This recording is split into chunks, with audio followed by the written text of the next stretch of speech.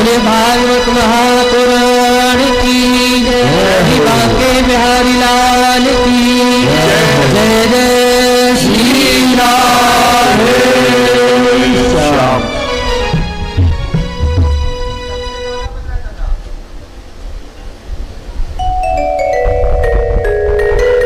परम मंगलमय परात्पर अखिलेश्वर अकारण करुणा वर्णालय भक्तवांछल कल्पतरु तड़ितुलिंग पीताम्बरधारी श्री बालकृष्ण लाल की वांगमयी प्रतिमूर्ति श्रीमद् भागवत महापुराण भागवत सप्ताह प्रवचन ज्ञान महायज्ञ में आज द्वितीय दिवस आरंभ करते हैं।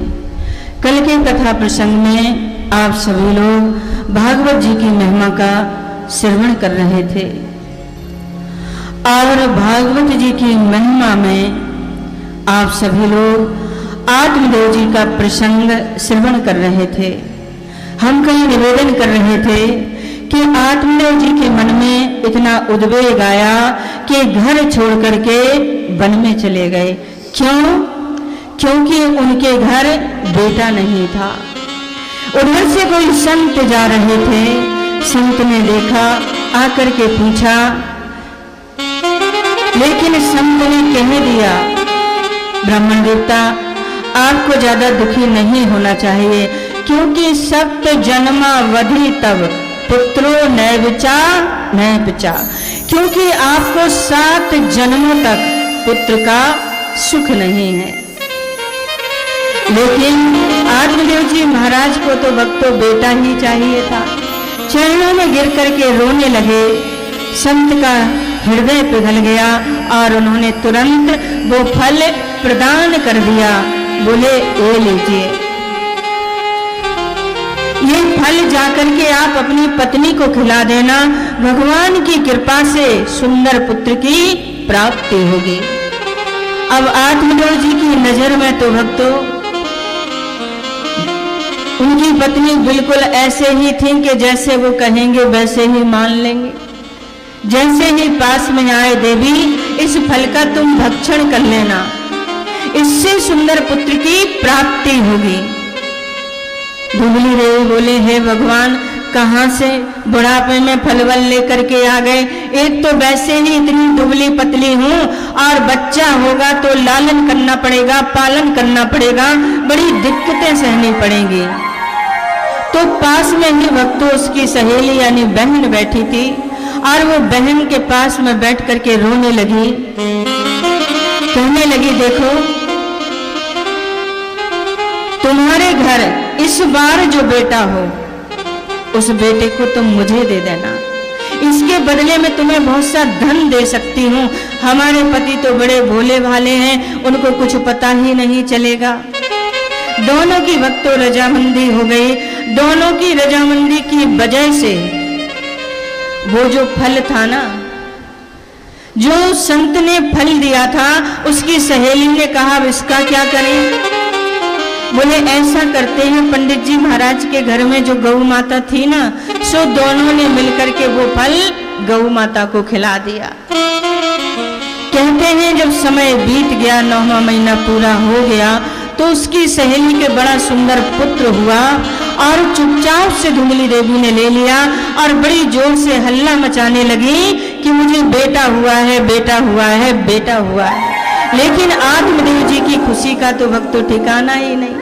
बड़े अन्न धन दान किए, बड़ी अनुष्ठान किए, बड़ी ब्राह्मणों की सेवाएं की। अंदर की कौन जाने, अंदर की बात किसी को नहीं पता। लेकिन भक्तों 3 महीने बाद, ठीक 3 महीने बाद गौ माता ने भी बड़े सुंदर पुत्र को जन्म दिया।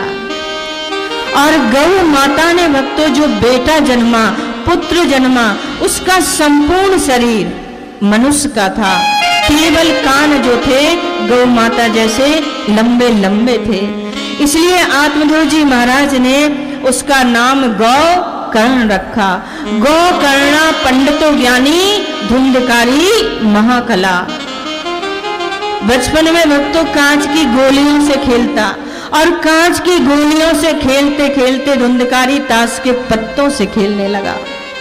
ताश के पत्तों से खेलते खेलते उसमें थोड़ा पैसा लगाने लगा और माँ कह देती, अरे एक ही तो है, कितना बिगाड़ेगा, ले जा बेटा।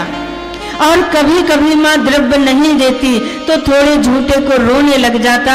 माँ सोचती, चल ले जा, एक ही तो है। ऐसे एक ही तो है, एक ही तो कर करके धुंधकारी भक्तों बड़ा जुआ खेलने लगा। जब जुआ खेलने लगा तो घर में कलेश होने लगा, तो चुरा करके चुपचाप से घर से ले जाने लगा। और जब घर से ले जाने लगा, घर में लड़ाई झगड़ा होने लगा तो टेंशन बढ़ने लगा। तो मालूम है क्या किया, उसने पीना शुरू कर दिया। 2-2 बजे धुंधकारी सुरापान करके घर में प्रवेश करता है। आज आत्मदेव जी बैठे बैठे धुंधकारी से बोले, बेटा तेरे जन्म के लिए मैंने कितने संतों के दरवाजों पर, चौखट पर अपने सिर को रखा, माथा टेका, कितने यज्ञ किए, अनुष्ठान किए, और तू एक ब्राह्मण का पुत्र होकर के सुरापान करता है, मांस भक्षण करता है, ये क्या लक्षण है तेरे? तो मालूम है पिताजी को डांट करके बोला, चुप रहिए, आपकी ये बुद्धि है ना सठिया गई है, हम जो भी करते हैं सब अच्छा करते हैं। ध्यान दीजिए, कलयुग में बेटा बाप को ऐसे ही डांटते देखे जाएंगे। अच्छे घरों की तो हम बात नहीं करेंगे, लेकिन कुछ घरों में आजकल ऐसा होता है भक्तों। आत्मदेव जी समझाते लेकिन वो डांट देता। आत्मदेव जी के मन में भाव जगा, हे भगवान, ऐसे पुत्र से तो मैं बिना पुत्र के ही सही था। बोलिए बाके बिहारी लाल की। कोई ऐसे जय नहीं चलेगी भक्तों, जोर से जयकारा लगाना पड़ेगा। वो क्या है ना, आप लोगों ने मास्क लगा रखे हैं तो वैसे भी आवाज नहीं निकलनी है। पहले ये मास्क मालूम है कौन लगाते थे? इसको क्या बोलते थे? कई कई जगह तो इसको मुसीका बोलते थे, और ये बैलों को लगाया जाता था।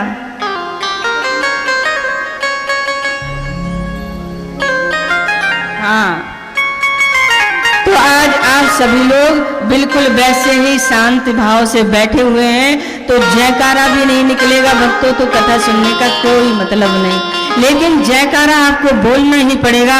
बोलिए बाके बिहारी लाल की जय जय श्री राधे। आत्मदेव जी महाराज समझाते, वो डांट देता। आत्मदेव जी के मन में भक्तों भाव जगा, कोई तिष्ठामी कोई गच्छामी को मैं दुखो व्यौपे हयात। हे भगवान, मैं किधर जाऊं, कहां जाऊं, मेरी समझ में नहीं आता। 3-4 दिन से भक्तों उदास बैठे थे। आज आत्मदेव जी के पास में गौकर्ण जी महाराज आए। बोले, पिताजी कई दिनों से मैं आपको उदास देख रहा हूं, क्या बात है? बोले, बेटा मेरा मार्गदर्शन केवल आप ही कर सकते हो। ये प्रसंग भक्तों है जरूर छोटा सा, पर है बहुत सुंदर। आत्मदेव जी महाराज कहते हैं, बोले बाके बिहारी लाल की।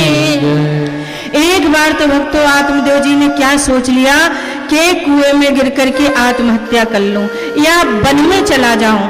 लेकिन आत्मदेव जी जंगल में जाने, प्रश्न होता है एक, पहले आत्मदेव जी जंगल में क्यों जा रहे थे, क्यों चले गए थे? कि बेटा नहीं था। प्रश्न दूसरा भक्तों, अब जंगल में जाने का संकल्प क्यों ले रहे हैं? कि ये दुष्ट दुराचारी बेटा क्यों है? गौकर्ण जी महाराज आए। गौकर्ण जी महाराज ने बड़ा सुंदर उपदेश किया। बोले, बेटा केवल तुम ही हमारा मार्ग दर्शन कर सकते हो। गौकर्ण जी ने कहा, पिताजी देहे स्तिमान से रुधिरे धीमितम त्वज्यतम जाया सुता दिशो सदा ममतां विमुच्चया पश्यामि समजगदिदं क्षणभङ्गिनिष्ठं वैराग्यरसिको निष्ठा। गौकर्ण जी महाराज आत्मदेव जी महाराज से कहते हैं, कहते पिताजी, मानव की जो सबसे बड़ी गलती है वो क्या है कि वो इस शरीर को ही आत्मा मान लेता है। और हम सभी की वक्त तो यही गलती है कि हम शरीर को ही आत्मा मानते हैं, जबकि शरीर आत्मा नहीं हो सकता है। हमारे शरीर की 5 अवस्थाएं होती हैं। कौन कौन सी? जायते, अस्ति, वर्धते, विवर्धते, अपक्षीयते या तो विनश्यते। शरीर जन्म लेता है, शरीर बड़ा होता है, मोटा होता है, लंबा होता है और लास्ट में वृद्ध होकर के मर जाता है। लेकिन आत्मा ना तो जन्म लेती है, ना उसको कोई मार सकता है, ना शस्त्र काट सकता है। तो ध्यान दीजिएगा, हमें जीवन में ये प्रयास करना चाहिए। क्या? शरीर माध्यम खलु धर्म साधनम। हम संसार में भक्तों जन्मे हैं, तो शरीर की सुरक्षा करना आप सभी का कर्तव्य है। शाम को 4 बजे जूस पीना हमारा कर्तव्य है।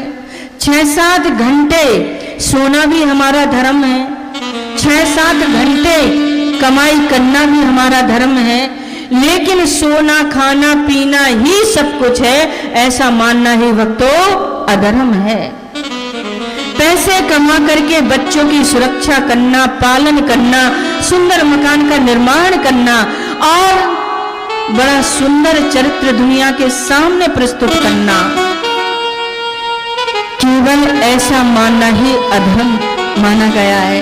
बच्चे, धन, दौलत, संपत्ति ही सब कुछ है, केवल ऐसा मानना ही अधर्म है। क्योंकि जाया सुतादिषु सदा ममताम विमुच्या। पत्नी और बच्चों के प्रति भक्तों ममता नहीं करना चाहिए। हमारे शास्त्र कहते हैं क्या कि प्रेम तो सबसे करो, लेकिन ममता नहीं। क्योंकि ममता जो है वो बांधती है पिताजी, और प्रेम जो है वो बंधन से मुक्त करता है। प्रेम इस भाव से भी होता है कि पत्नी में भी हमारा परमात्मा है, बच्चे में भी हमारा परमात्मा है और कुत्ते में भी हमारा परमात्मा है। तो जो शारीरिक गुणों को लेकर के जो आकर्षण होता है उसको त्यागने का प्रयास करना चाहिए। अन्य से दोष गुण चिंतन मासु मुक्तवा। क्योंकि एक होता है भक्तों लौकिक धर्म और एक होता है भागवत धर्म। तो लौकिक धर्म के अनुसार भक्तों अपने शरीर को चलाइए और भागवत धर्म के प्रति अपने मन को लगाइए।